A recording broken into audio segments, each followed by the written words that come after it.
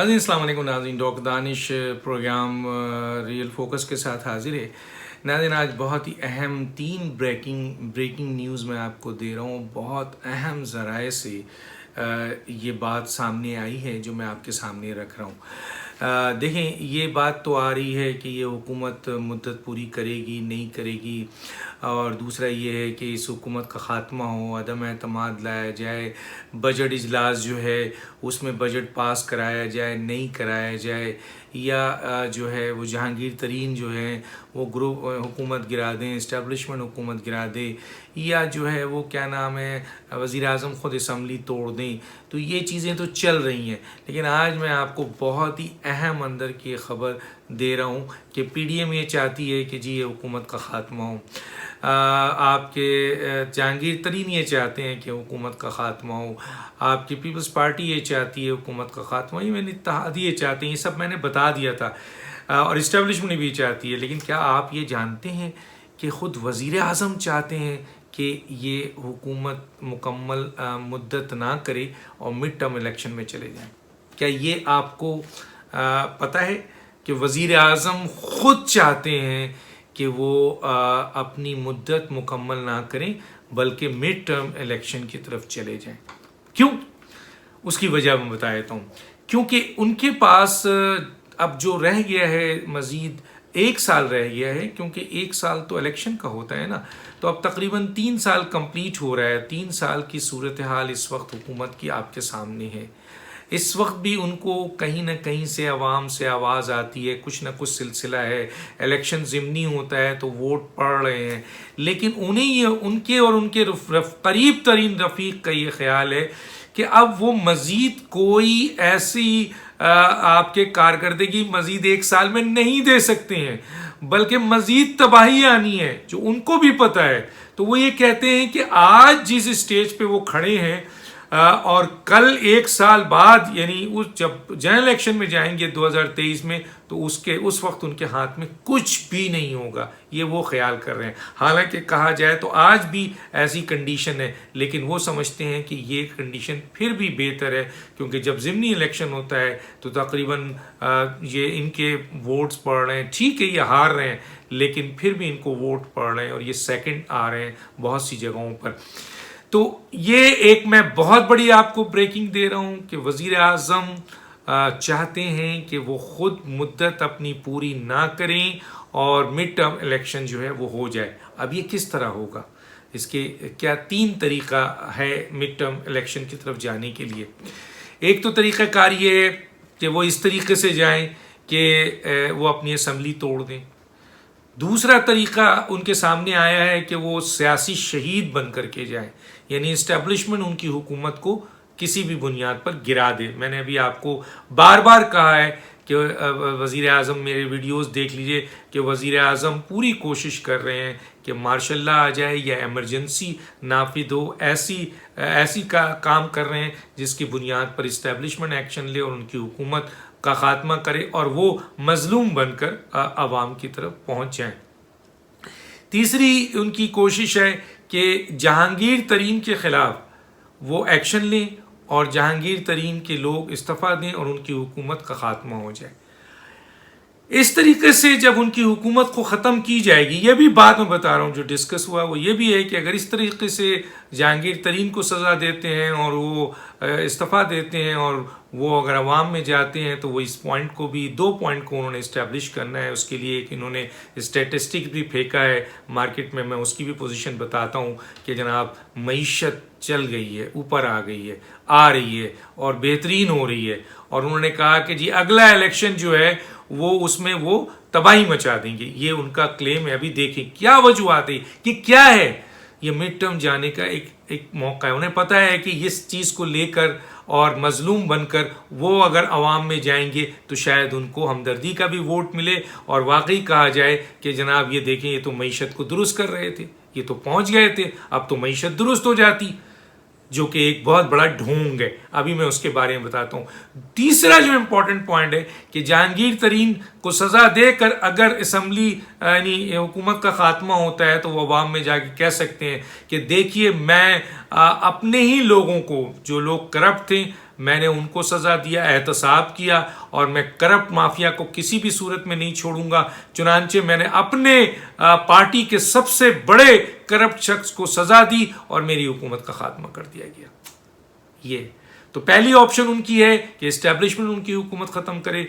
दूसरी ऑप्शन उनकी है कि वो जो है अपना जहांगीर तरीन जो है वो आपके इनको फारिग करे। और तीसरा ये है कि इनमें से अगर कुछ नहीं होगा तो फिर वो असम्बली तोड़ेंगे और मिड टर्म इलेक्शन की तरफ वो खुद जाना चाहते हैं। ये बात मैंने आपको बता दी। अब इस सूरत हाल के लिहाज से एक और अहम ब्रेकिंग दे रहा हूँ, और वो ये है कि इमरान खान साहब को ये बताया गया है कि आज़ाद कश्मीर के इलेक्शन में अभी मत जाएं। उनकी हुकूमती अहम एजेंसी ने उनको इन्फॉर्म किया है कि अगर आप आज़ाद कश्मीर के इलेक्शन में जाते हैं तो आपको वहाँ पर बदतरीन शिकस्त होगी, और जिसका रिफ्लेक्शन आपके पाकिस्तान के इलेक्शन में होगा। तो हुकूमत वज़ीर आज़म को जब ये ख़बर पहुंचाई गई है तो वज़ीर आज़म ने अपने क़रीब तरीन मुशीरों से, इनमें सबसे अहम मुशीर जो अहम आदमी है वो असद उमर हैं, जिनके साथ ये डिस्कस किया है, और उन्होंने उनको ये मशवरा दिया है, और उस मशवरे के तहत वज़ीर आज़म अब आज़ाद कश्मीर इलेक्शन को डिले करना चाहते हैं। हालांकि उनके पास इख्तियार नहीं है, वो आज़ाद कश्मीर इलेक्शन कमीशन का ये है, लेकिन आपने देखा कि उन्होंने आपके उसके NCOC जो है उसके ज़रिए जो है आपके ये ख़बर जो है ये वहाँ पर कोविड के हवाले से पहुँचाई कि हालात अच्छे नहीं हैं, इसलिए इसको इसको ख़त्म कर दिया जाए, इलेक्शन अभी ना हो।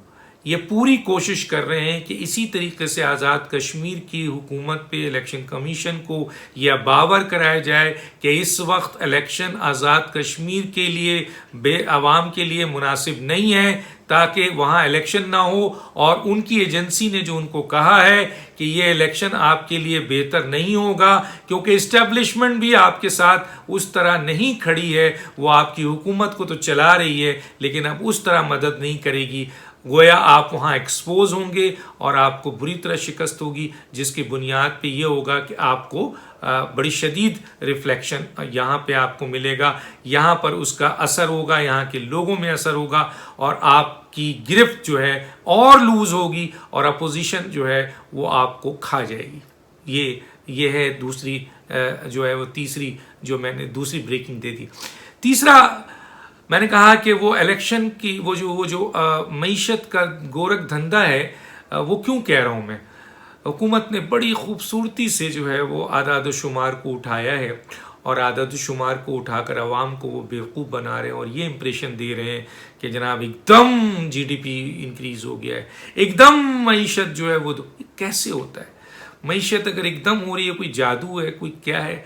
और अगर ये सारी चीज़ें अच्छी थी तो मैं बार बार कहता हूँ कि फिर हफीज़ शेख को लाकर आप गले लगाइए। और मैं ये कह चुका हूँ कि स्टैटिस्टिक्स हुकूमत के इख्तियार में होता है, और इकॉनमी की जो सूरत हाल होती है वो आवाम के असरात सर्विसेज पे होती है कि हुकूमत की सर्विसेज क्या है और आवाम के हालात क्या हैं। तो आवाम के हालात आपको पता है, इन्फ्लेशन देख लें, आप गुर्बत देख लें, बेरोज़गारी देख लें, आप टैक्सेस देख लें, आप बिजली का बिल देख लें, आप मेडिसिन की कीमत देख लें, आप फल और ग़ज़ाओं की अंडे, रोटी, चावल, दाल की कीमत देख लें, तो वो 300, 400 गुना, 100 गुना बढ़ चुके हैं। तो गोया स्टैटिस्टिक्स उन्होंने दे दिए। चले हम थोड़ी देर के लिए मान लेते हैं कि आपकी स्टैटिस्टिक्स के लिहाज से आपकी मईशत यहाँ ठहरी है।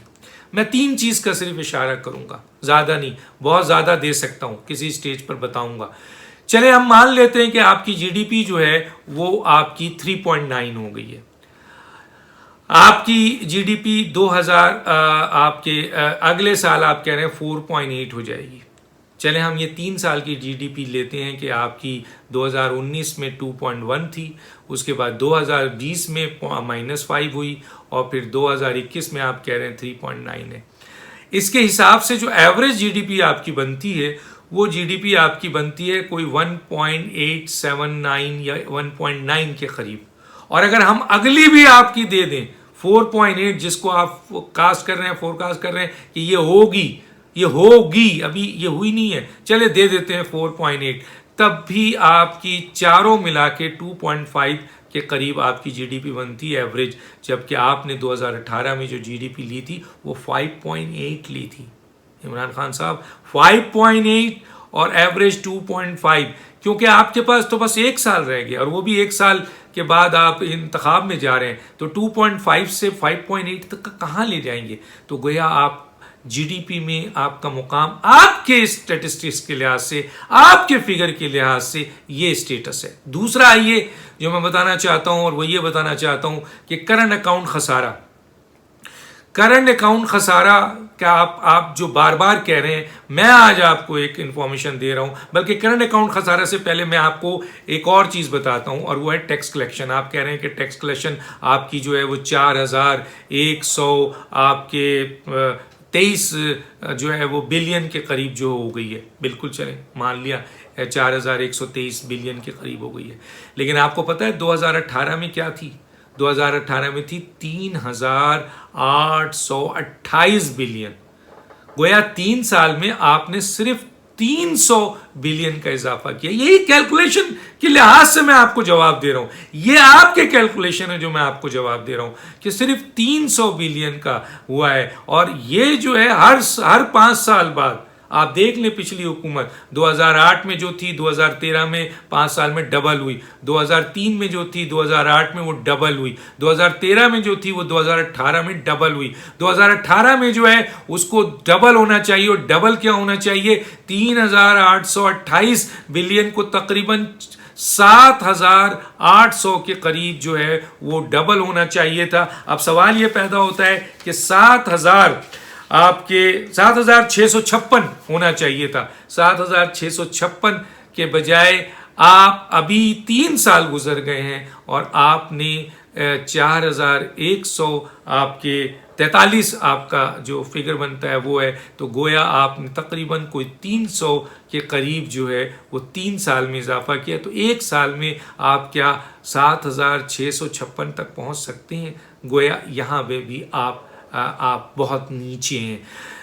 तीसरा करंट अकाउंट खसारा का मैं आज आपको पेशिंगोई कर रहा हूं, आप लिख लें। जुलाई में करंट अकाउंट खसारा माइनस है, और अगर ये माइनस हो गया जुलाई में तो फिर आप कहां खड़े होंगे।